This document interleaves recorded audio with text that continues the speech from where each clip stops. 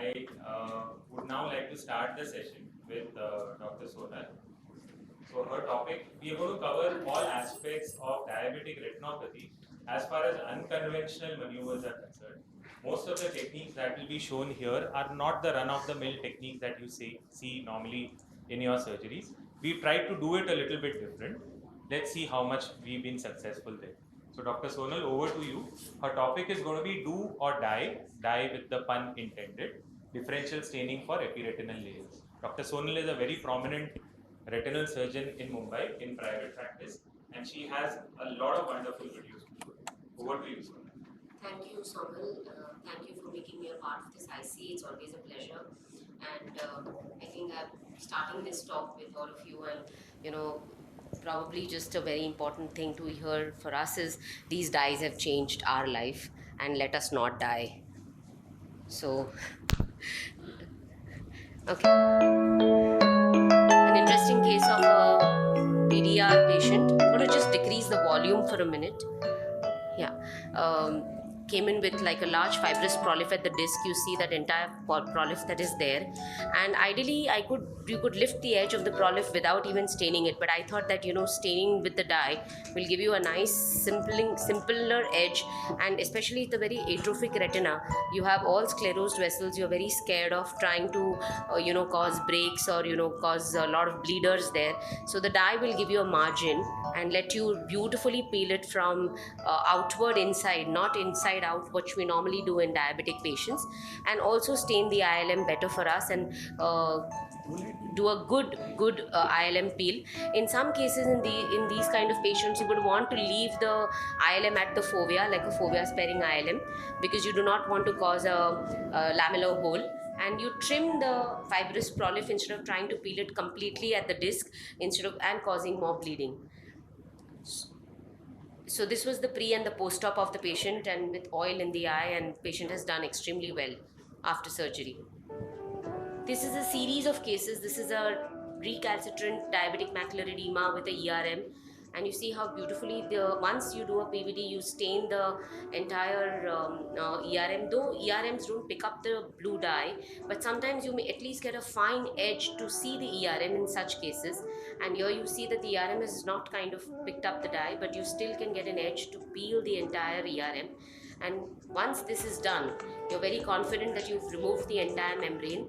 At this point, you are not going to stop here and not restain, which is extremely important in such cases, because there is going to be a small layer of ILM below this ERM which is going to stain and pick up the stain and and that can be beautifully removed after that. So in a lot of these cases, all these dyes help us in doing a good PVD or doing a good ERM and an ILM peel. You see again the stain has been done, and you see the remaining ILM that is now very well stained. Once the ERM is moved out, the central ERM ILM complex has completely been removed with the ERM peel only, and the remaining ILM is then nicely peeled off.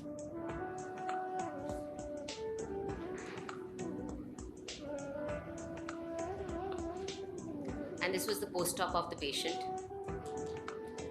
A second case where we have a lamellar macular hole with another thick epiretinal membrane. Again, I start by injecting tricot, do a good PVD, and then I realize that the tricot is not staining this complex at all. So sometimes something like a negative staining that happens in these patients.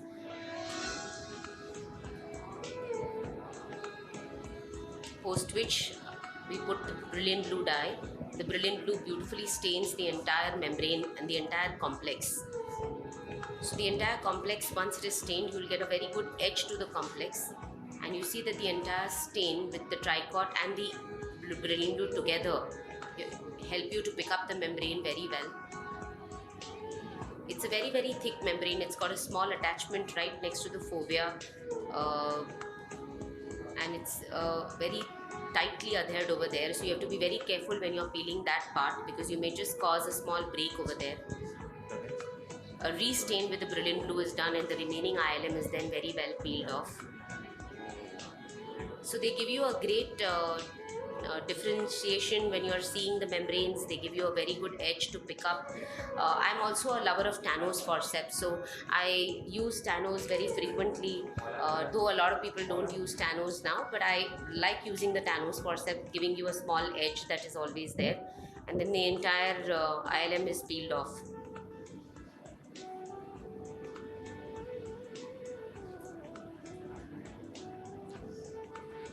This is the post-op of the patient. This is a third patient with drusen's with a thick epiretinal membrane. You see the epiretinal membrane, but sometimes when you put the tricot and after you do a PVD, you realize that there's no staining there. You try and stain the epiretinal membrane with the tricot dye to see whether your membrane picks up the dye or the stain, but it doesn't, because probably this epiretinal membrane is not an ERM. This always intrigued me, whether ERMs sometimes were something like a thickened ILM, and you see that the entire ILM stains in a patchy way, and once the ILM stains with the blue dye, you can pick it up. So sometimes in some patients where you see just a flat layer over the retina and you think that this is an ERM, but this to me sometimes is always been a question whether are we looking at an ERM ILM complex, or is ERM a formation from the ILM itself. And then the ILM is beautifully peeled off.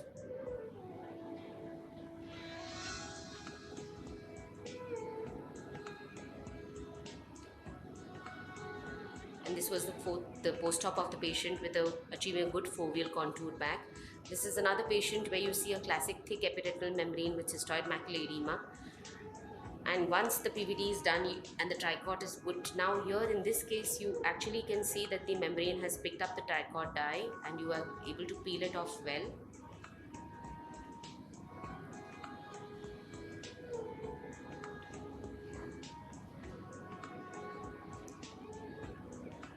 While peeling these membranes, you have to be very careful in cases where the retina is thin or atrophic, because you do not want to cause any breaks. Once that is done, you stain it back with the brilliant blue and a good ILM peel is done.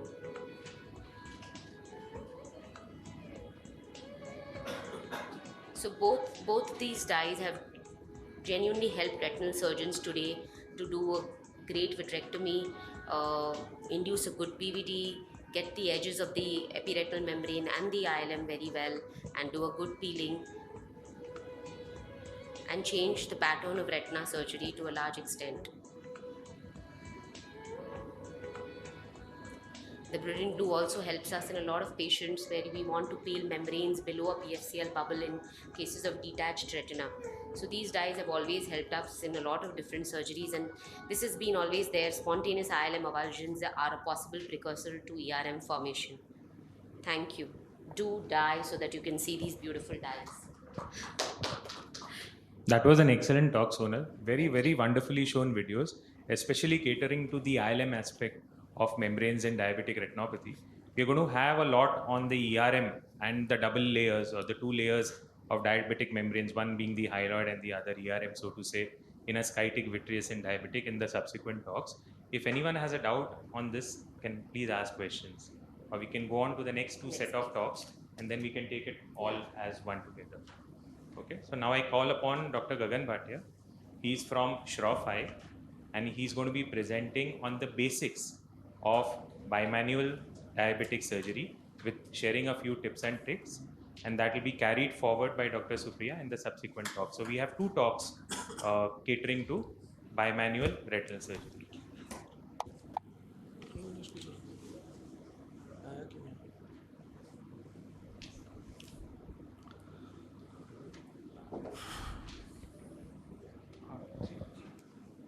So I think we've crossed 12. So good afternoon, everyone. And I'd like to thank Dr. Saumil for including me in this course.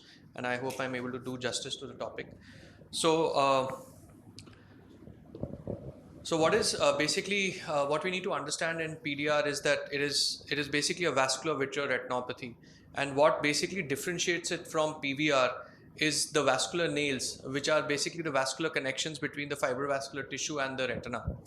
And the other thing that kind of complicates PDR is vitreous hemorrhage.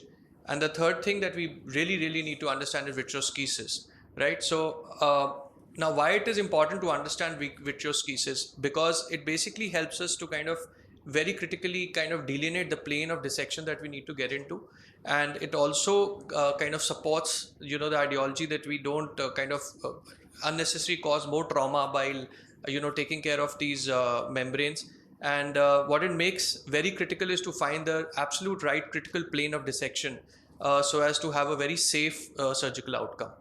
So through this small animation, I like to just show you as to what and how vitreoschisis is important.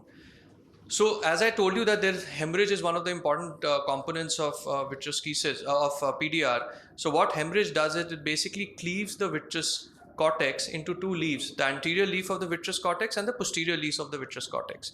And it is very important to understand this phenomena so as to you don't go between the leaves, rather you go under the posterior leaf. So it causes a static cavity and divides the cortex into two leaves. So this can very well be studied preoperatively on a swept source OCT, especially in cases where you have less hemorrhage. And so the green arrows basically depict the anterior leaf and the blue arrows depict the posterior leaf.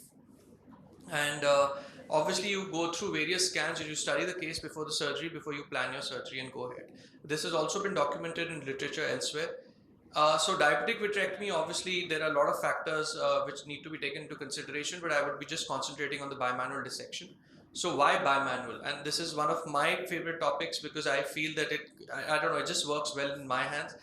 So it basically helps to very precisely identify the tissue plane, and it also kind of very precisely kind of you could see the vascular connection and go layer by layer and cut them. And also it also helps in coagulation of the bleeder, and I personally feel that it is the safer method to go about.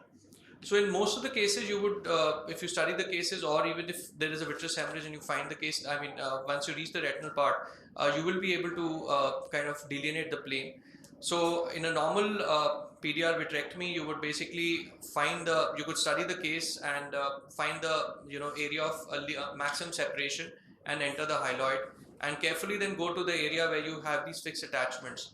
And at certain places where the hyaloid is very stuck, you could probably use depression to separate the hyaloid. I usually go from the anterior to posterior approach and kind of delineate the membrane away from the peripheral hyaloid first.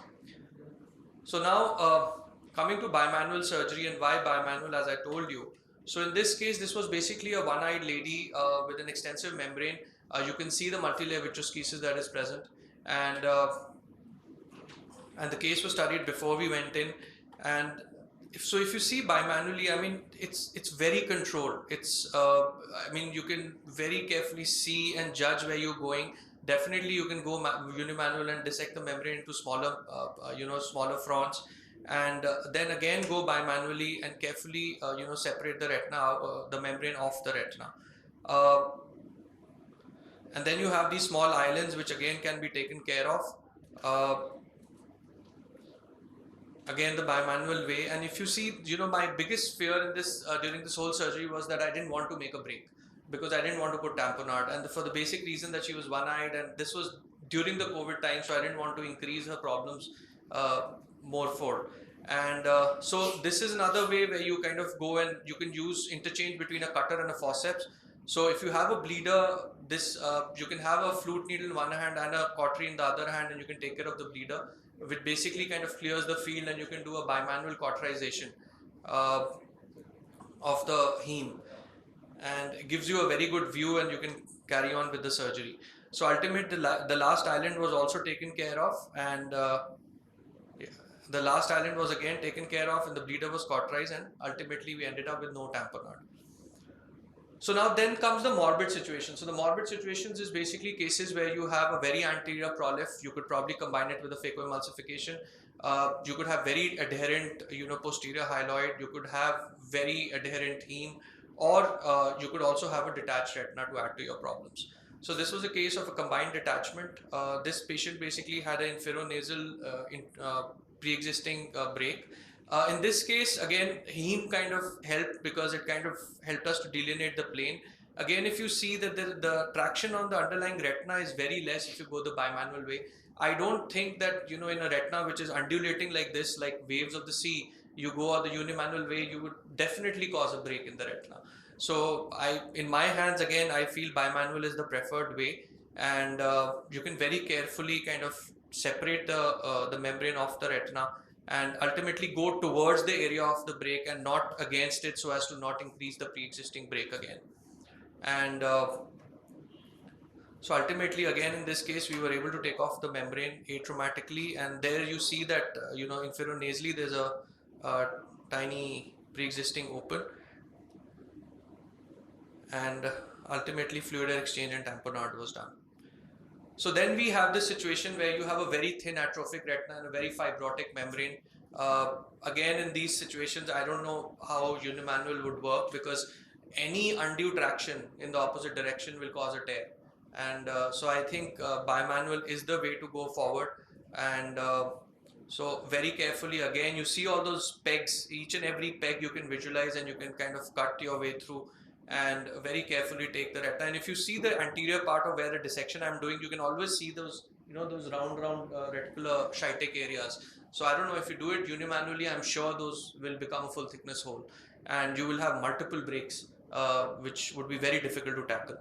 So one reason for including this video is kind of later in the video, which was a learning which I also got. And so we ultimately kind of went through with the case and were able to take care of the membrane. So when we reached this part, now if you see, this was very badly adherent, and the tissue plane was very difficult. This case was not studied in OCT because it had pre-existing heme, and so we went ahead and and this is where I've got a bleeder. Now at this point, my only worry was that I should not get a very thick blood over there, because while removing it, I'll create another break. And I was also, kind of not very sure whether I've already created one. So obviously increased the bottle height and forgot to. And the bottle height was increased, and I was in a hurry to remove the break. And then this, oops, and then, kind of developed that thing just came into the, into the flute and developed a break. So this was one of the learning things. I think patience is very important, and I think keeping your nerves in this is extremely important. And so this was the reason that I had included this video, because just wanted to show that sometimes these few things can always change the outcome of the case that is going to be. So ultimately, again, continued with the dissection, and fortunately there was no other break, but yes, probably could have not done without a tamponade if that little break would have not formed during that time. But ultimately we had to put in tamponade. Then you have certain situations where complicated situation by bimanual. Again, if you see this case, this has a anterior extension. This we used a contact lens and bimanually took care of this membrane. Again, you have a detached retina with a lot of subretinal heme underneath, and so after the membrane was taken off, a small retinotomy was already present over there, and then we put PFCL to basically guard the macula, and then the subretinal heme was basically removed. And again, this was a procedure which was done bimanually, and if the hand-on-hand technique was used to take care of the bleed which was present under the retina. And this basically ensures again that there is least movement of the underlying retina. It kind of decreases the chance of the retinotomy increasing to a very enormous size, and also complete removal of the hemorrhage was taken care of. Then there are situations where I think only God can save you during these surgeries, and there is no I think scientific knowledge that can really take care of. It's just your precision and your patience which takes care of. I think just go layer by layer and slowly remove the hemorrhage, and then once you reach the retina, I mean signs that you have reached the retina with the vessels and everything, and then again go the bimanual way, kind of delaminating, dissecting, and very patiently taking care of the membrane, and try not to cause more iatrogenic damage. Though I mean these situations, I think any sort of iatrogenic damage is probably forgivable. So fortunately, with a lot of time and patience, we were able to complete this case, and ultimately the membrane was taken off the retina, And the whole surgery, I mean, I again don't feel that there are people who are big proponents of unimanual. Probably in my hands, I think I directly just shaving off the vitreous and taking care of the hyaloid. In any case, I would probably prefer a bimanual route. So I think, to summarize, I think adhere to the surgical principles, however simple or tough a case appears. I think vitreous hemorrhage is always a challenge. Somebody told me in the beginning of their practice that probably we can start with simple vitrectomies, but I don't agree. So I think simple vitreous hemorrhage can turn into anything, once the vitreous hemorrhage goes off. And I think in PDR especially, understanding of vitreous schisis and multilayer schisis is extremely important. I think an ambidextrous hand to interchange between cutter scissors and forceps scissors is always something which can be done. And I think it is always important to prepare and alter with the plan. And definitely patience is the word for PDR surgery. Thank you. Thank you for your attention. Excellent, Gagan. A lot of take-home points. I think those videos were brilliant, especially the one where he removed the subretinal bleed through a really small retinotomy. I'm going to discuss more of these cases after Dr. Supriya's talk. She'll be also talking a little bit about bimanual surgery. One of the principles being using a third hand, using either viscodissection or what she's going to show, proportional reflux, which is as good as fluid dissection. Therein you create a plane actually between the membranes and the retina so as to ease out and separate the membranes. So while her presentation is getting loaded, anyone from the audience, if you want to ask a question or so? I'm going to be taking up questions anyway after this talk. Ready? Dr. Supriya, as we all know, is a very prominent vitreoretinal surgeon, and she practices with Dr. Mohan Rajan at Chennai. She's been to a lot of places, gathered a lot of experience in Mumbai as well as Bangalore. Over to you, Dr. Supriya.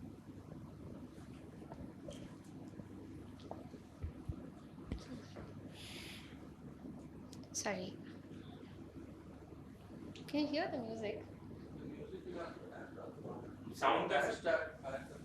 Asha, no, it is okay. It's okay then. I just thought it'll be nice to have some. No, it gets connected.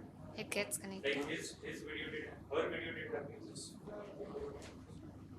Say it, you pass?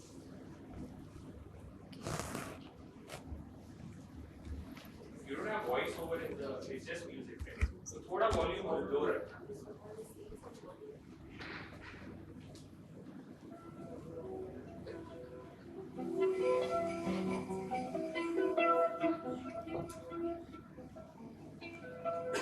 Okay. I'd like to begin with thanking Dr. Sonal and Dr. Saumil for inviting me to be a part of this IC.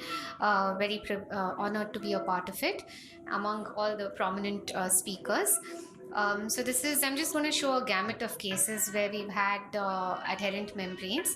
So this is a patient who's been well lasered. A good laser always helps your surgery and the outcome.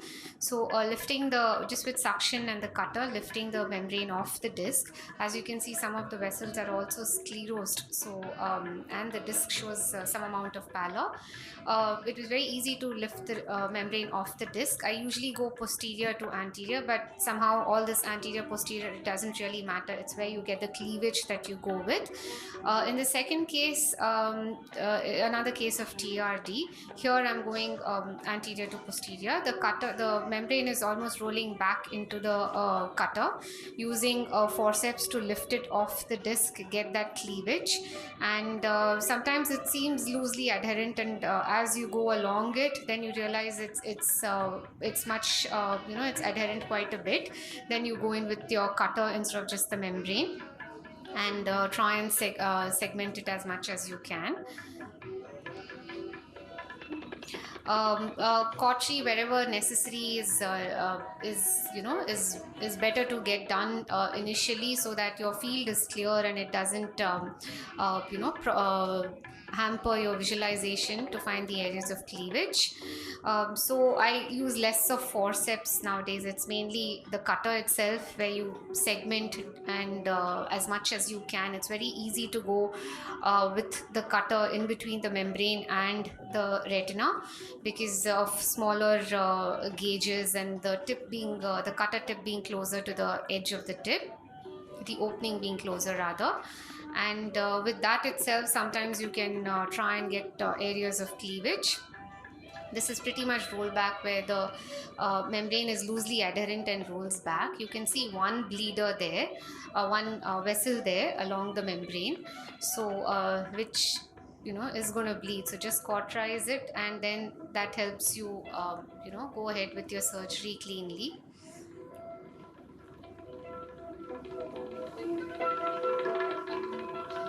This is another case where it's tightly adherent to the center, to the retina. It's almost like a tabletop adhesion, detachment, and you kind of truncate the edges, allow it to roll back, and so then you can concentrate on the center. You have to just be careful while you're at the macula, so that most of these cases have VMT, have CME, so make sure you don't de-roof the macula while doing that. Allow the membranes to roll back. Use a forceps when you're able to get an edge and it's loosely adherent, and that also helps you go between the cutter and the retina.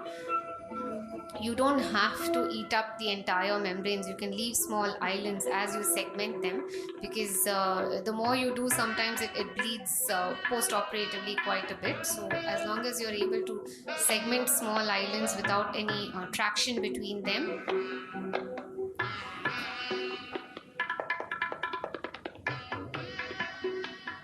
so you just fragment them into small islands like this.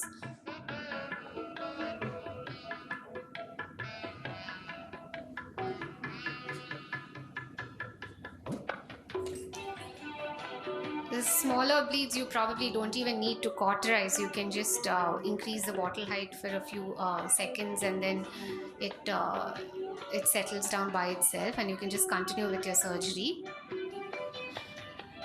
This was another tabletop very adherent membrane, posterior hyaloid with second membrane, so decided to use chandelier. So bimanual surgery would have been an ideal choice for this.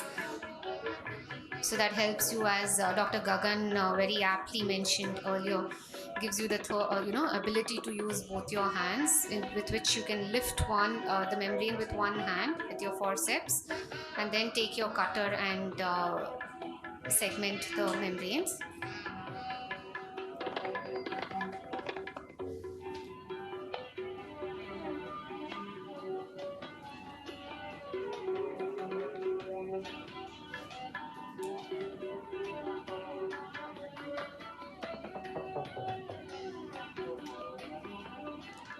This is another case where the membrane was tightly adherent. So I usually like to lift from the disc and then go outward. That gives you the traction that you need at the optic nerve.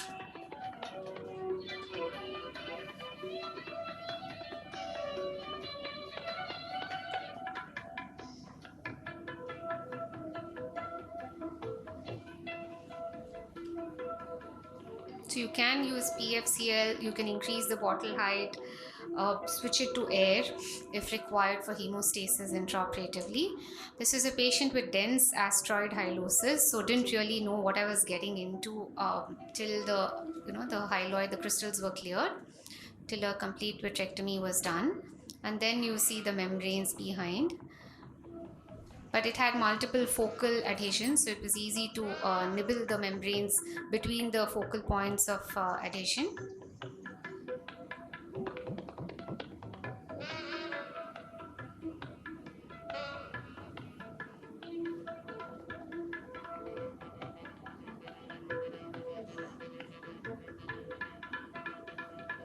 Just make them small islands and leave it alone.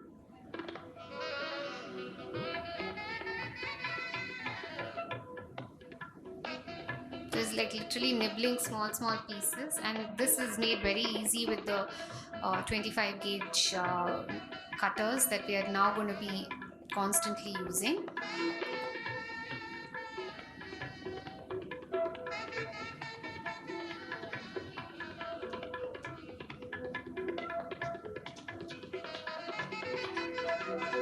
So this, I was fortunate to be a part of Narayan Netralaya when we first had the microscopic integrated OCT for a demo, and that really, the intraoperative OCT really helped you decide where the cleavage is, and yeah.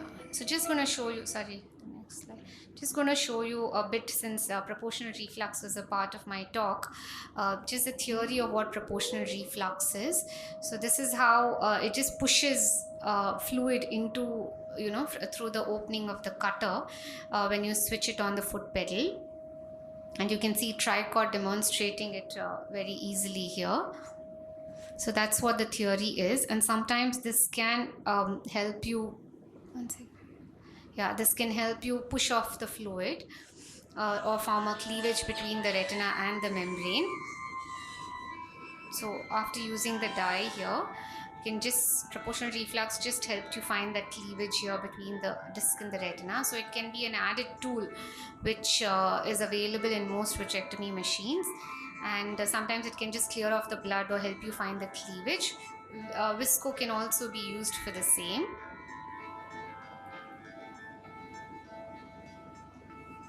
And then the rest of it was continued in the same way.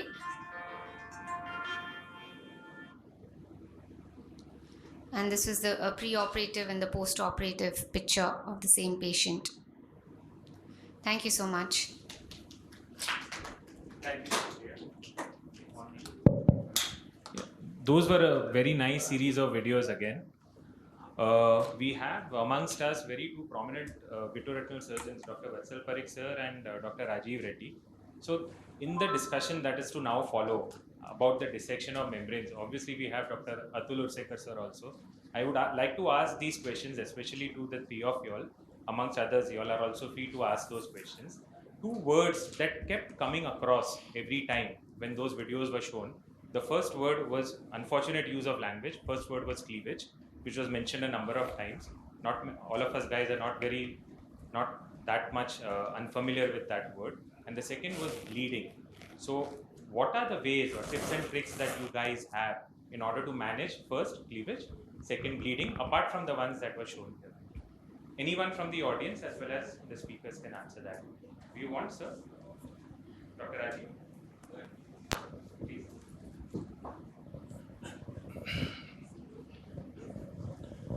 I think of the two words, right plane is the most important according to me. Because if you're in right plane in surgery, your surgery is likely to end well.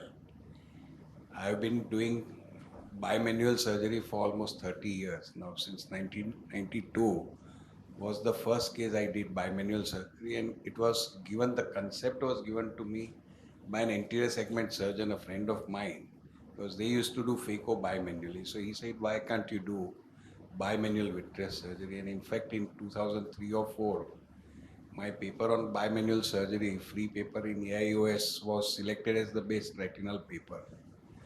So cleavage is most important according to me. And other thing what I would differ is that over these years, if I can see PVD attached to the optic disc posterior hyaloid, first place I may try is lifting at optic disc, because once you lift at optic disc, you may have bleeding, but you won't create iatrogenic break, and plane of cleavage becomes easier.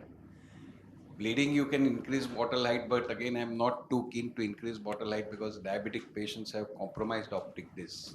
So even if there is bleeding, it's not profuse, I would still be able to continue with bimanual surgery and manage the case. And I don't try to remove blood at the end of surgery, because if you remove the clot, it would bleed again. So I would rather leave it at that stage. And 90% of cases, I would go with C3F8 gas rather than oil, even if I've created breaks, because the logic is that if you have removed traction, then usually it heals well. And recently, since 3 years, we have Silverstone Optos, so which is a very useful guide to see what is happening at different levels. Like what Supriya mentioned of intraoperative OCT, that is a spectral domain OCT, whereas the Silverstone is a Swepser's OCT. I have a few slides I can show if time permits, how it helps to define the plane of surgery. Any tips about the bleeding aspect? Atul would say Krishna. Yeah, so I think as far as bleeding is concerned, the preparation and the methodology has to start right before you start the surgery. So ensure that the patient's blood pressure is well controlled. Ensure that the blood pressure is well controlled on the before you start surgery, because it may be controlled, but typically because of anxiety and other causes, blood pressure may be high. So before you even start the surgery, check with your anesthetist that the BP is under control. Very important, again, as far as anticoagulants are concerned, may not make a difference. Sometimes there are cases, I've done a scleral buckle where the patient had forgotten to stop the anticoagulants, nothing happened. But I think in diabetic retinopathy, that kind of chance cannot be taken. Then as far as position of the patient is concerned, I would more prefer the patient to be in what is known as reverse Trendelenburg, so head high position. So whatever little benefit you get, that will also add as compared to if there is a venous backflow. Then of course there is a thought process of using chilled BSS or chilled BSS plus, and there are those who use it recommend it highly. So you use chilled BSS, and that is also supposed to be one of the methods by which you can reduce bleeding. Going forward, again, bimanual surgery gives you a more precise method of dissecting. So yes, precision surgery, and very important is you have to be very patient. There is a tendency to get a little frustrated, and then one move can result in disaster. Other things that you can use is there are some recommendations of using triamcinolone acetonide, which will act as a sort of barrier between the blood and the retina. So it does not stick to the retina. So when in the end, when you're trying to remove the blood, that triamcinolone acetonide acts as a kind of separation barrier. Again, going as an extension of that, there is a recommendation that if you have sort of isolated the macular area, then you put a blob of PFCL.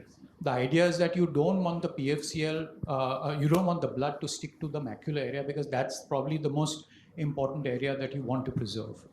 Then when you have islands, sometimes if you feel there's a possibility of bleeding, it's better to do a little cautery to those islands before you continue any further dissection.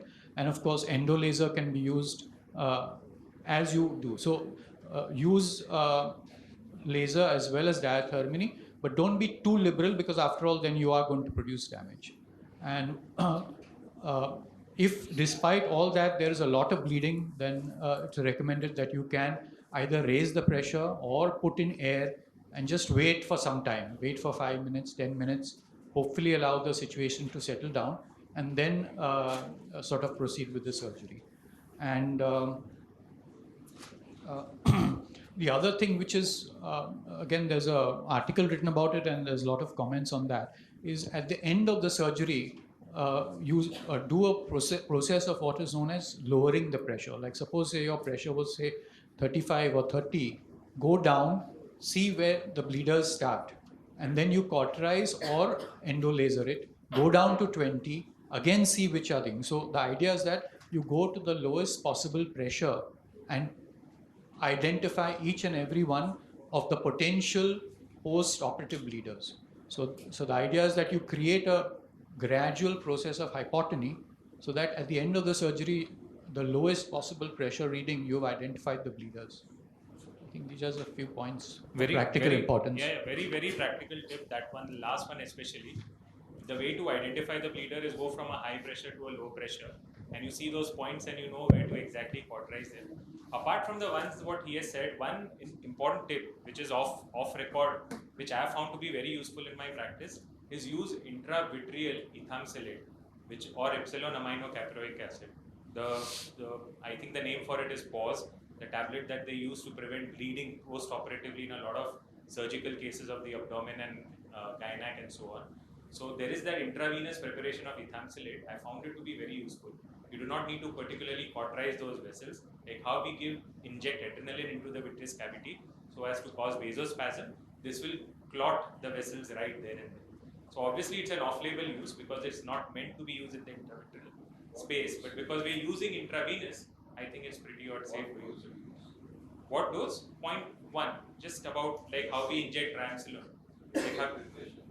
Yes, intravenous preparation of ethamsalate, you get it in the form of vials.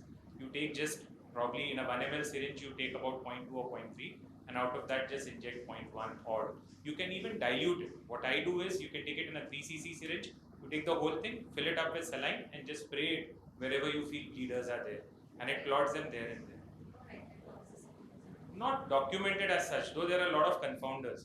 That the surgery itself is so eventful in such cases that you really don't know how the retina will fare. But since it is good for intravenous use, it's just a matter of time before people start, probably. But it's a very, very useful tip that I have found, useful in my practice. I feel probably it is better than adrenaline because adrenaline causes a lot of vasospasm and there's a tendency for ischemia in an already ischemic diabetic eye, so to say. So I feel maybe that's a better use. Ask some questions, you can take it now or you can ask. One is, of course, whether there's any difference in the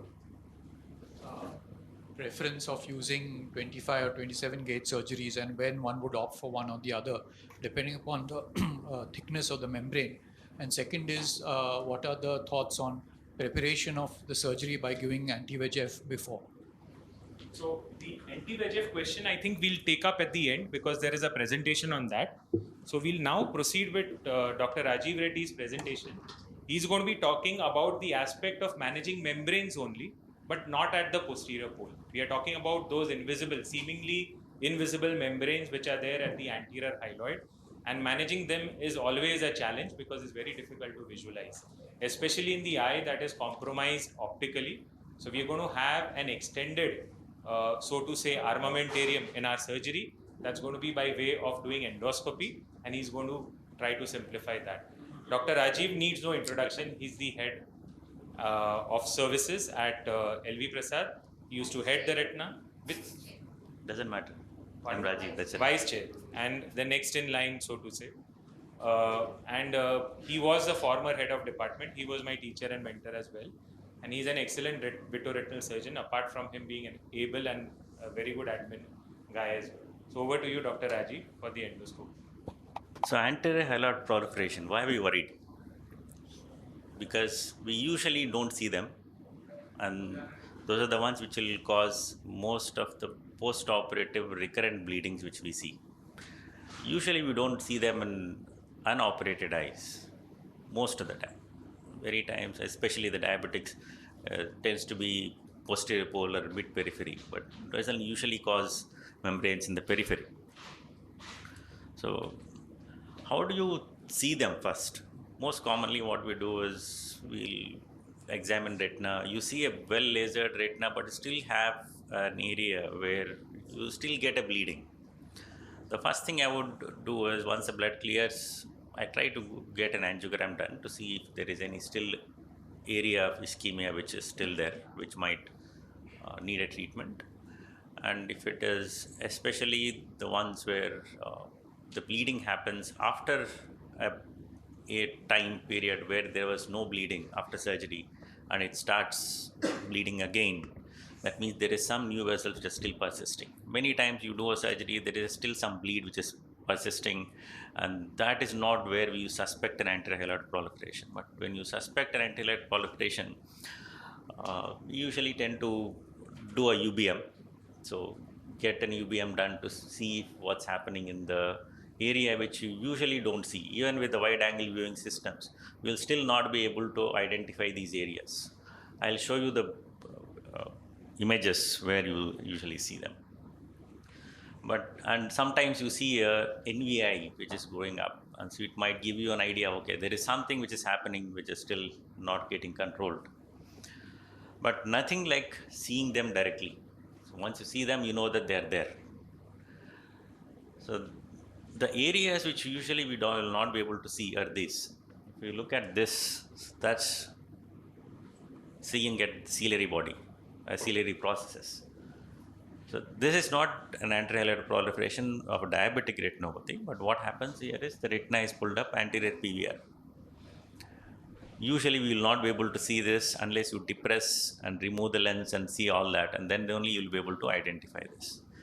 In a case of diabetic vitrectomy, you have done a decent diabetic vitrectomy, you don't want to remove the lens and look at all these things and try to do it unless there is no other alternative.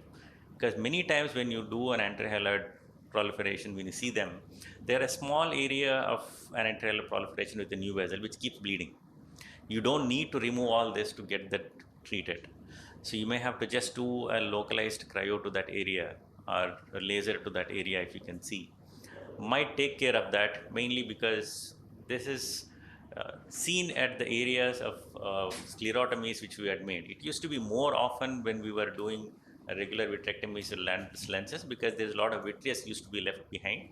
Now with the advent of wide angle viewing systems, that incidence has come down, but still it's possible.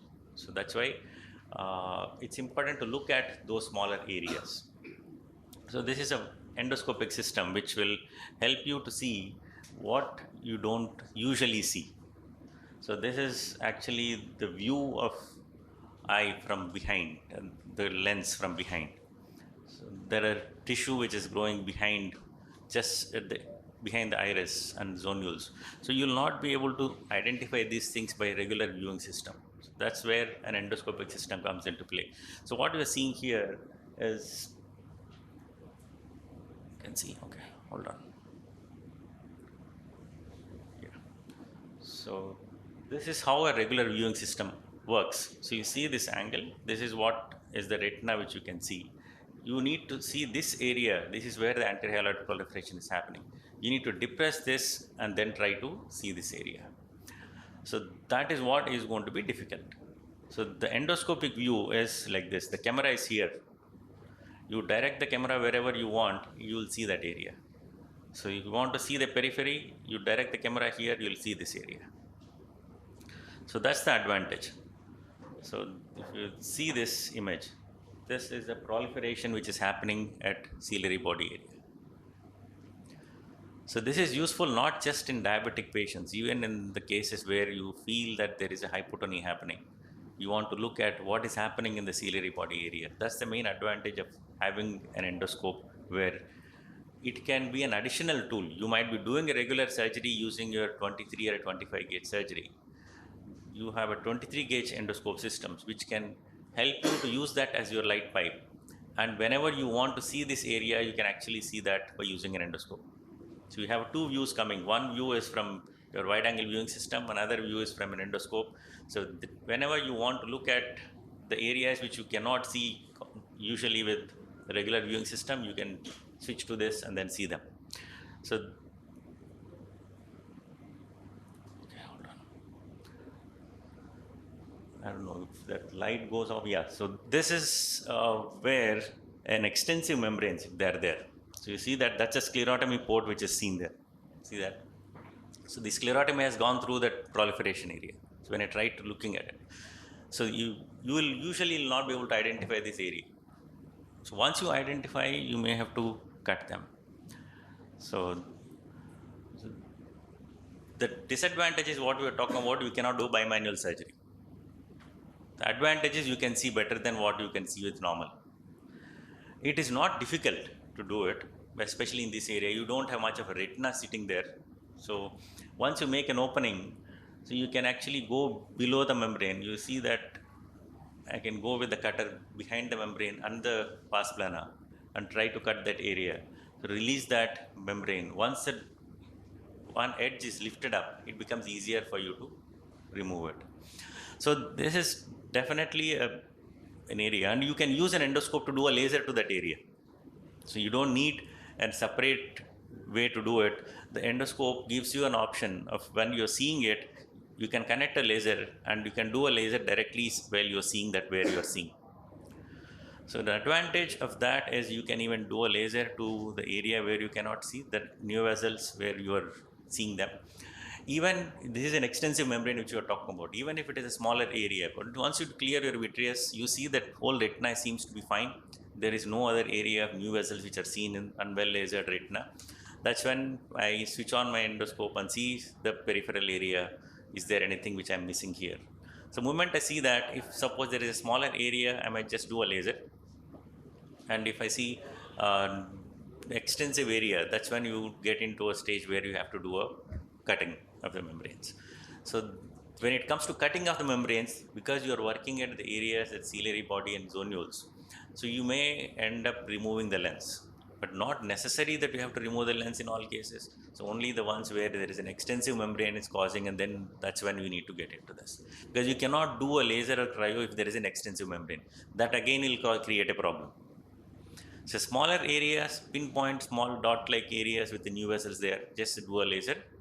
And the extensive areas, then you may have to go into a position where you have to remove the lens and do a vitrectomy. So that's the way of dealing with anterior proliferations, especially when you are not able to see them properly. Thank you. I can't talk much. Excellent. That was a good perspective that you get of endoscopy surgery. I don't think many of us do this here. Dr. Rajiv, I would like to know your view about how do you actually manage recurrent diabetic vitreous bleeds that we see commonly after surgery, when they keep bleeding every now and then. We don't realize where the source is, probably sitting at the anterior hyaloid somewhere. So that's what I was talking about. The moment I see a recurrent hemorrhage, especially recurrent, I will talk about, there is a gap between when you have done surgery and it is cleared and then again blood. Many times you might be able to see there is a blood which is not cleared from the time you have done surgery. I don't consider that as a recurrent hemorrhage. It's still possible, but I don't consider that as a new vessel which is still bleeding. Just like any other laser which you have done for your PRP, you don't consider repeating the laser immediately again, because it takes some time for new vessels to regress anyway. So whenever there is a gap, I suspect there is something else which is happening. There are new vessels which are pending, which need to be treated. So I tend to, once the blood clears, look at the retina again. Have you left out any proliferations anywhere, which might be potential areas of bleed? Any area which you have not lasered? If you don't find any of this, then I suspect there is a new vessel proliferation happening in the periphery. Prefer to get a wide field angiogram done for these to identify the ischemic areas which I have still not treated. So do a laser to those areas first to see. If it's still not working out, then you go inside and then do it. But as a routine, if I am doing a vitreous lavage for these patients, it's a good idea to look at the peripheral area to see if there is anything happening there. And that's where your endoscope comes into play, where you don't have to worry about, am I missing something? You can easily see them and then do it. So basically, in most of the cases where you would want to use an endoscope is when you don't have a direct view or want to preserve the lens. So that was very fascinating to see that. But how do you preserve the lens? I mean, if it's a phakic patient, how do you go cross? Because so if you have the camera in one hand with the light port, and then if you want to take this one off, I mean the opposite one which you're seeing, so how do you go cross and preserve the lens? It depends on what you want to do. Again, Right. so if the preserve the lens is like if you are looking at only identifying what is there or doing a laser, you don't have to worry about it. Then you don't have to worry about it. If you are looking at treating an extensive membrane, it's preferable to remove the lens still, because if you do an extensive dissection there in the ciliary body area, you're going to damage the zonules anyway. So there's no point in keeping the lens there and then worry about when will it fall down. Might as well do it at that time. Or maybe, and whenever you're having a patient with IOL, make sure that you explain to the patient that you may have to get rid of your lens. But if you're looking at only the areas where you just need to know, or maybe a minimal manipulation, you can always go with another port. Just like how you go for doing another side vitrectomy, with take your cutter into the other side and then do it, you can still do it. And you don't need to go close to the retina to see that. You can direct it from here. The light goes there, camera captures. But you will get a smaller view. It's a bird's eye view, you will get it. Do you want to go see closely what's happening there? Then you have to go closer. The closer you go, you'll get a bigger magnification. That's what happens in endoscope. So you don't have to go close. You still have a curved probes, but they are larger in size. They are 19 gauge probes. So if you want, you can use it if you really are worried about the lens, but usually it's not required. Anyone else has a query for Dr. Rajiv? So you use this instead of your endolight, or it's a separate port for the endoscope? No, it's an it's same. Instead of the You just endolite, put you your use 3 ports. Huh. Instead of using an endo eliminator, use your endoscope probe. Endoscope probe has a light and camera into Right, it. right. But is that as good? Like, so to do the rest of the vitrectomy? You can still do it. Okay. So you can use it like a regular light source, and when you want, you can use the camera. So what I usually do is I have a heads-up 3D display system where I can actually have 2 images coming side by side. One is through my 3D visualization system with Bioman Biome, and the other one is through the endoscope. Both images are coming at the same time. I can look at whichever one I want. If I use a thing, or you can put 2 displays, or you have seen through microscope, put another display separately for an endoscope. You can see both. The small luxuries of being in an institute. I said without that also. You can just put a display separately, you'll still be able to see. You don't need to have that luxury. For that, you need to buy the endoscopy. Depends. So, you want to go? No, it's okay. No, You need go no ahead. introduction. Dr. Saumil's already on the podium, and he obviously needs no introduction. As you can see his slide, he's etc. A pan-ophthalmologist with the specialization in retina and a passion for retina. From whom I've also learned a lot of retina. And his clinic is called Envision Eye Hospital, a very successful practice in Bombay, and he's going to talk to us about do or die subfoveal hard exudates. It's a little luxury that I have. I can give all the titles to myself because I'm at Envision Eye Hospital. So I'm the vice chair as well as the chair, and I'm the professor, I'm the HOD, CEO, venture capitalist, entrepreneur, and whatnot. So as long as I'm that at Envision Eye Hospital, I'm all good. So I'm going to be talking about another very unfortunate situation that we have in diabetes, which is subfoveal hard exudates, and we really do not know how to manage it. This is a typical situation where you have a 65-year-old female, finger counting 2 to 3 meters. You see the subfoveal hard exudate plaque here, which is an otherwise dry macula. If you see the OCT here, the patient has received injections of Ozurdex and anti-VEGF multiple number of times, so much so that the hard exudate has precipitated right on the macula, and despite giving statins or whatever anti-lipid drugs that you may give, the hard exudate has not gone away. You see the location of the hard exudate, it's intraretinal, unlike subretinal, which a lot of people talk about, and that is where my approach lies actually. So what happens is when you think about hard exudate removal, a lot of people think that, okay, fine, we'll go with a paramacular 41 gauge needle, we'll induce a retinal detachment, which is like a heroic thing to do, and then from behind we will aspirate the hard exudates. In doing that, you're going to go through not only the RPE, but all the neural elements, especially the photoreceptors in the outer segment and the nuclear cells in the outer nuclear layer. But that is not where the hard exudates actually lie. So my surgical approach is aspirate from the top of the foveola, creating an iatrogenic macular hole, apparently poking where it hurts most in the eye. We've been taught not to touch the foveola. Touch any part of the eye, do not touch the foveola. Could actually be the place where it will actually cause the least amount of damage.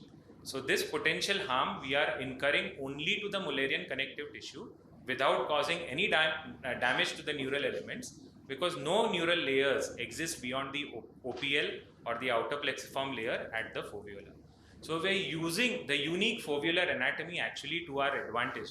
If you see the histopathology here as well as the OCT, when you create that iatrogenic macular hole, you are causing the least amount of damage to the foveolar cells, leaving us with a lamellar macular hole, which post ILM peel, if you peel the ILM around that iatrogenically created hole, you'll close it like any other macular hole. So this is the surgical video now. This is a case of PDR. As you see here, there are a few fronts here and there. You're going to induce a PVD all the way through up to the equator, cauterize or press upon the fronts as the case may be. Begin by peeling the ILM. Now this ILM is necessary to peel because we are going to close the hole by an ILM peel.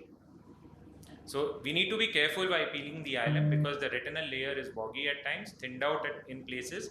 There is every chance of deroofing. So we need to be very sure what we are actually picking on.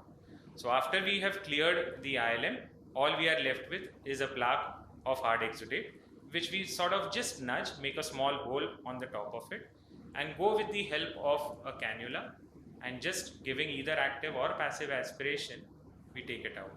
Now this iatrogenically created macular hole over here is going to close like how every other macular hole closes, by putting in gas, giving a prone position, and by having peeled off the ILM. So this is another video here. So you see this case actually improved in vision. Obviously it didn't improve much because there was some neural element damage. I don't think because of my surgery, probably because of the existence of the hard exudates there chronically in the first place. The patient did improve to 636, and you see that the hard exudates have practically reduced. They are not gone completely, but the purpose that we wanted to serve has been served. Now this is a second case. You see that there is a huge amount of hard exudate. Some of it is even subretinal here, so to say. But the plaque that I am actually going to address here is intraretinal, and it is subfoveal in nature. Here what I try to do, I don't peel the ILM first. I take off the hard exudate. Why I do not peel the ILM? Because I want to do it as a subsequent procedure, because I'm going to flap this ILM. Any macular hole has a better chance of closure if you're going to flap the ILM into the hole. If I would have peeled the ILM first, I wouldn't have been able to do it, because if I made the flap and then tried to take the hard exudate, the flap would have come along with it. So here again, trying to be very careful not to de-roof. I'm trying to peel the ILM here and make it go. I'm not going to be pushing it or nudging it right into the macular hole, because I'm going to damage neural elements right there and then. What I'm going to do is just do a gentle overlap of the ILM over the macular hole and be done with it. So this is a second case. There is another video. This is not exactly a subfoveal macular hole, parafoveolar, so to say, but yes, the patient's vision was poor because patient had macular edema for quite a significant amount of time, and he had that hard exudate induced loss of vision. So this was a much safer bet to take. Here what I'm trying to show is that I tried to use the forceps and it didn't work. I tried to use the cannula and it didn't work, and I used the forceps instead, and I just picked it up and it was done. You can't even make out that there is a hole here actually, because here the retinal layer is thick. You've definitely not gone all through the retina, and you do a similar procedure as what you would do an ILM peeling, and you flap the ILM here over the hole, not over the fovea. In doing the ILM peel here over the foveola, you have this added advantage of not having probably recurrent macular edema in the future, because of all the mechanisms that are there in the textbooks, improved oxygenation and removing tangential traction and whatnot. And this is what you achieve at the end, and the patient did well in this surgery as well. So thank you for your patient listening. This is one situation where you're really helpless. It's a do or a die situation. I would like to know a critical analysis of what I have done from the audience. If you feel differently in any way, please do let me know. So Yes. I feel the first and third case, it was the Mic. center. So you can use it. I think the first case, if you see the photograph, the foveal center was not totally involved. So had proper refraction been done, probably it would have been 636 even without surgery. I may be totally wrong, but I'm just giving a different perspective. And third case, if fovea is not involved, why vision would be less because of hard exudate? The first case, the fovea was involved. I'm talking about the third case. No, if you see the photograph, you showed the OCT that showed foveal involvement, but if you see the photograph, the apex of the hard exudate, that fovea is still there, you know. Because OCT, unless you see the movie, you will not know the all sections. Correct. You mean to say that the fovea is somewhere here? It's not seen. But there is a vessel over here. It's So not the, seen here on the screen. Yeah, it's not seen here. Yeah, now it is. which one are you talking about? It's not seen on the screen here. Our screen पर नहीं. Screen करो ना मुझे. मेरा connected है. आपने off किया. मेरा next stop भी मेरा ही है. नीचे में डालो.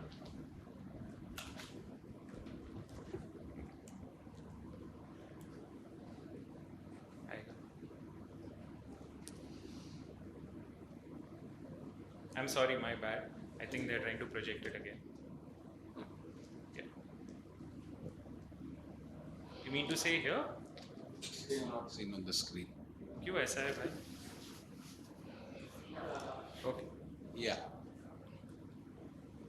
Now see, if you see the typical fovea. You mean to say that the fovea is somewhere here? Somewhere there, the center of fovea. The vessels are right here. I don't feel that that would be the place of the fovea. And if you see the OCT, It's clear cut showing you the foveolar lift over here somewhere. I think OCT you need to see whole sections, because one section you Correct, correct, correct. Maybe so. Maybe I'm so. just giving a different thought. Perfect, perfect. Well taken. Would you still do a surgery in this? Not really. If reflection improves, I would not, because the other way to look at it would be with microperimetry, whether we have really Actually hit the patient fovea or or not. Yeah. Point well taken. Anyone else with any other doubts with regards to this? Any of the panelists? Sometimes these hard exudates become quite like thick, almost like calcium kind of, right? It's very hard to pull them out also. That's what I felt, but they are so flaky when you are actually attempting to do it. Maybe I've done it when they have freshly developed, but I've given them all at least 3 months of post-Ozurdex, post-statin. Statins And you I've give them. actually tried to not even, I've tried to tell the patient that you really don't need this surgery. Unless you are hell-bent on doing it, it's an experimental procedure and things may not go the way that you intended actually. So despite 3 months of demotivation, so to say, the patients have still yet gone for this option. So I'm sure it's not going to harm the patient. yes, that's what I keep telling the patient as well. Except for that 1% odd chance of things going wrong during surgery, it's not going to really harm your eye. Because many times in macular hole surgery, we create tiny holes and nothing happens. So we don't No, this is creating a hole right at the fovea. The principle, yes. Creating hole in macula is not a big issue. Sure. How is the long-term follow-up of these patients, Saumil? Any of your patients you've seen for a long time, there could be a lot of central thin fovea with, more vision. It's already a thin fovea. Yeah, definitely. Post-operatively, it's not gone thinner. They haven't developed a hole till date, and they not even had a recurrence of the plaque so far. They've stabilized in terms of vision. They have not had excellent vision, but excellent vision is not what I promised them anymore. But subjectively, do they feel better? Yes, they do. Yes. What happened to that case where you had extensive exudation all around after putting Yeah, so gas that and- extensive exudation, we had first managed with just anti-VEGF and tricot for a few months. No, after doing surgery, did that How did that No, come so back that again? improvement was from, let's say, 1 meter to 2 meters. No, I'm not It was talking a about visual subject- improvement. What happened to the exudation which happened? Was there? The subretinal exudation, it remained the same. Go back to that video. Which Yeah. shows. Whatever is right is right. The remaining part, apart from this one plaque, remained the same. So This didn't resolve. That's a plaque. So what happened to the other exudation which was They there? remained that way itself. They haven't changed with time. Whatever is right is right. Because I had a patient similar with control of. But they don't go away. Have you seen it going away? Yes. Even I have seen it completely going away, sir. Okay, in this case, it has It's not. long time for it to go. It takes at least a year or so. Yes. 1 year at least. Yes. 1 year. Also, in your first case, I think you took out the central plaque, but there was little more exudation there. So in diabetics, this can increase and usually it shifts also. So have you seen those coming back there? No. No, so the exudates have remained where they are. Right. And I didn't want to venture a bit too much because anyway I was doing something experimental. Yeah, My so aim obviously- is not to remove the whole thing. My Right. aim is to debulk it to the extent that is possible. And do you prefer, looking at the OCT morphology, do you, because these are mostly intraretinal that you've taken off, right? Correct. So do you have a kind of this thing that, okay, there should be some layer or, some sort of an OCT morphology Yes, indicator they that should you be have? essentially intraretinal. If they have a subretinal component, then my approach would be different. Probably I'll go paramacular, creating an artificial detachment or an iatrogenic detachment with a 41 gauge needle and approach it from behind. So I'll go to the last leg of my presentation actually. This is going to deal with a lot of anti-VEGFs. We can take a lot of questions on anti-VEGFs after this talk. So Dr. Piyush Bansal was supposed to be giving this, then his friend was supposed to be giving this. I don't think he's also turned up, so I'm going to be giving this talk eventually. So surgery before laser in PDR. We already have protocol S in place where we know we are doing injections before laser in PDR. Should we go one step forward is what we are trying to see. Here, this is a very well lasered PDR, and the only reason why we are doing a vitrectomy in the first case is because of a taut hyaloid with vitromacular traction and non-resolving macular edema. So what we are doing here is essentially taking off the hyaloid first. We cannot induce a PVD altogether in one go. We try to do it in a piecemeal way because you see the number of bleeders that are there. These are very tight retinal adhesions because of the plastered onto the retina by the laser marks. And you see the kind of focal and the peripheral laser that has been done. It's very difficult to lift the vitreous scaffolding off up to the entire periphery without causing bleeders or tears in the retina. So this is what actually you would end up doing if you were to do vitrectomy in an eye that has been extensively lasered. As against this, if you see, this is a treatment naive eye. You see the fibrovascular proliferation here, it is extensive. It is something that is, that wouldn't seem like coming off in one go, but it comes off in just one piece because there is no other adherence of the vitreous to the retina elsewhere. There's obviously a case of BRVO, but this is something that has not been lasered before and has been lifted off in one piece. In the next video, you see very similar. This is also a treatment naive retina where you have raised fibrovascular proliferations here. If you try to do laser here, you are not unjustified. Yes, you can do laser PRP and probably this would stay like that. But if this vitromacular traction is going to encroach upon and start interfering with the foveal vision, at some point in time you will require a vitrectomy. Why not do vitrectomy beforehand? Nowadays, vitrectomy is a relatively safe surgery with advanced instrumentation. You're also going to be peeling off the ILM and not incur macular edema. So surgery before laser PRP, the obvious advantages are you are able to induce a total PVD without causing tears or bleeds. Total vitreous scaffolding will be removed. You can then use a sparing PRP instead of dense PRP. You can space your PRPs apart and you're not going to land up with side effects of PRP. Invisible vitreous tangential traction is going to get removed. It's going to help probably resolve those non-resolving DME cases following multiple injections. Theoretically, ILM peeling improves oxygenation, helps resolve DME, probably even helps resolve macular ischemia. We don't know. So surgery before laser PRP, you avoid the disadvantages of PRP. You don't need to do add PRP and fill in PRP and then fill in PRP again and keep on giving PRPs. In one stroke, you're going to solve this problem. The other thing is the angiofibrotic switch, which we are all scared of. If you give injections or if you give multiple sittings of laser, you're going to have that angiofibrotic switch where you're going to land up increasing or worsening the traction by actually taking care of the vascularity. So this is a similar case where it was well lasered and the traction not only led to a localized tractional detachment but also a localized macular hole. So in this case, when you finally do the surgery, you can give surgical prognosis only up to a certain extent because a macular hole has already been incurred and there is a detachment that has already taken place. So you're going to stay in this and you're going to then peel the ILM in a macular hole, but all in all, you're still going to end up closing the hole and attaching the retina, but the kind of prognosis which you would have given the patient doing an early intervention and endolasering at that point in time probably could have been much better. So I think with better instrumentation, we have to shift from the old age techniques where we used to use, yes, the post box or currency or our brains, for example, and replace them with newer stuff. So external laser PRP, is it going to become actually obsolete?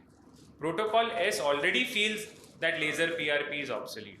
In the injection group, we have 9 injections in the first year, 5, 3, 1, 18 in all. Let's say you have 0.02% risk of losing the eye as against laser PRP where you're going to incur much lesser damage and there'll be no risk practically of losing the eye. But then when you tell the patient, if you were my relative or you were my mother or my sister, would I be doing this? So in the injection group, that 6/6 is going to remain 6/6 with fairly good quality of vision. As against that, in laser PRP, you're going to have either contrast loss or you're going to have peripheral constriction of vision. Especially in the injection group, you're also going to cater to DME, which happens in 30% of the patients, and it's going to make it better. As against the laser PRP, where the DME will remain, so to say, a DME, though it will be stabilized, and you will end up with either a negative or a positive scotoma. So injections better than laser, protocol S is already telling us so. I'm trying to go a step further, whether early surgery is better than injections or laser. Now, when you have PDR, you have two kinds of changes in the retina, extramacular and macular. In extramacular, you have flat NV, raised NV, mild vitreous hemorrhage, and vitreous hemorrhage with severe traction. When you have macular VR interface changes, you can have either vitromacular adhesion or VMA, vitromacular thickening or vitromacular traction. So if I were to tabulate all this in one table, these are going to be the various scenarios that are going to be there. And till late, we were using PRP for all these indications. Surgery was reserved for only those kind of indications where you had vitreous hemorrhage associated with a very stubborn TRD, which was actually involving the fovea. We've now extended our surgical indications to all forms of vitromacular traction as well, especially the non-resolving DME ones. What about these cases? When you have a mild vitreous hemorrhage, probably because of a PVD having taken place, where you have various scenarios of DME, or this kind of a traction where you just have a raised NB. You don't have a vitreous hemorrhage as yet, but it is associated with vitromacular traction thickening. And you have these focal traction places where you don't have a vitreous hemorrhage, you either have a raised NV or you have a flat NV with VM thickening. So these are the gray zone sort of indications where, and one more obviously, where you just have non-resolving DME with flat NV and no traction. So protocol S dictates that in all these cases, we are going to be using injection. As an extension of what I just showed you, probably we are going to include surgery in all those cases where there is even a hint of traction, and so on and so forth in even these cases. There is only one case scenario left out where you have a normal retina with a flat NV, where people advocated that yes, do laser PRP, but protocol S says that no, do injections. So we've replaced practically even the injection scenarios with doing early surgery and giving a sparse PRP. The only difference being, when do we time this surgery? So when you have something like a very severe traction, you give injection and within 48 hours you go with surgery. Where you have mild vitreous hemorrhage with the moderate vitromacular thickening, you probably can have more time after giving an injection. And when you have even a lesser macular traction along with vitreous hemorrhage and raised NV, you can probably give more time for injections. And the last case, this is nothing practically but protocol S, where you give injections up to a year, and when you realize that you have some tractional component somewhere, you go in with an early vitrectomy. It's like using injections and surgery to your advantage instead of laser. So surgery care needs to be taken. PVD induction needs to be more macula centric, because the macula is usually edematous. You have the risk of deroofing. Intraoperative steroids for visualization. ILM peeling should be piecemeal, will not come out in one go because it is strictly densely adherent, and you are going to deal with boggy retina, so deroofing is possible. This is one such scenario where I am peeling the ILM piecemeal in a very heavily edematous retina subsequent to many anti-VEGF injections and not resolving. Perhaps there is a component of tangential traction that is playing here, and we are going to remove the ILM off here. This is another scenario where you have a proliferative diabetic retinopathy that has been lasered, and you're left with a diabetic macular edema that is not resolving. Again, if you see here, the ILM peeling is difficult. You tend to de-roof at any point in time, and you need to be very careful when you're doing ILM peeling in such cases. Thank you all for your patient listening. I'm going to be taking discussions now. Yeah, of course. So anyone again from the panel or the audience would like to say something about when you should intervene in diabetic retinopathy? Criteria for operating is visual acuity also, or only traction or So criteria for operating is visual acuity also, or traction only? Is not visual acuity, so long as you are able to convince the patient that you are sitting on a time bomb. If the patient agrees with that and is allowing you to do a surgery with that 1% risk of things going wrong, then you do surgery, but clearly tell him that. If he's not ready to do surgery, please do a laser PRP or injection, so as the case may be. In the videos what you showed, it is, last video was CSME. Correct. Other videos was traction. One video I think you mentioned, but it was already like regressed type. You know, you said it was vein occlusal. Correct. But it was like a regressed pathology. There was no vessels when you operated on Correct. that patient. The one patient where you showed macular hole, I think it's, though you had adequate suction, it was more for that patient. That's why macular hole occurred. It's iatrogenic complication because the vitreous No, it was a attached. pre-existing macular hole on OCT as well. It was pre-existing. Yes. Okay. So there was one case that I showed which had just raised NV, and there was no laser done in the retina, and I did an early vitrectomy. That was a 6/9 vision case. That was the only case which had very good visual acuity, and the patient did agree with us doing, because when you see those fractional fronts there, they were at the arcades. The macula was lifted over there on the OCT. The fovea was spared completely. What was the age of the patient?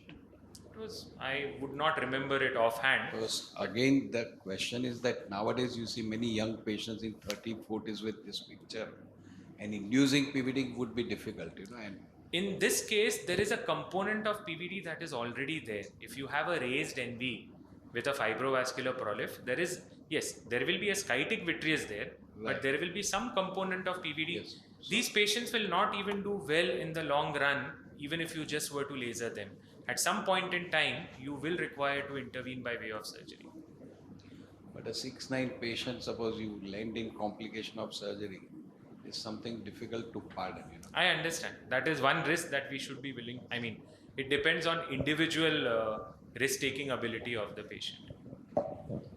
I think, as I would like to put it, I think any PDR with a vitreomacular traction or a prolif which is involving the macula, I think surgery is the way to go. I think one of the challenging situations are when the patient has a considerably okay vision and the macula seems to be okay. I mean, there would be a very thin layer of membrane there, but probably no CME or no chronic edema. But there will be an extra macular prolif somewhere nasal or superior.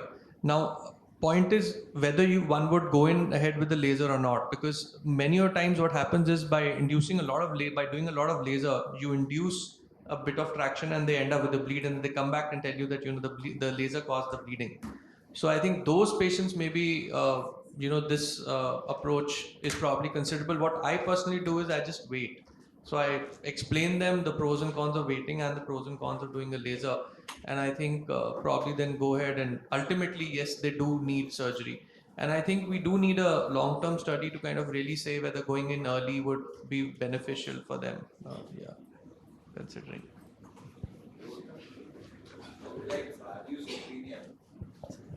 I would like Raju and Atul's opinion also. I have had couple of patients, bilateral PDR. One eye you operate is counting finger, that becomes 6/9 or something. Other eye was 6/9, 6/12. And in 3-6 months time they develop PDR, you operate and that eye becomes counting finger. Have you seen such situation? Means there are 2-3 patients I distinctly remember where a good eye becoming bad eye after surgery, because surgery is to some extent unpredictable, and a bad eye becoming a good eye. It definitely is possible. That is something which we have seen. It is more common with patients who have an extensive membranes and ischemic retina. You see a sclerosed vessels and ischemic retina. Macula might be spared a little.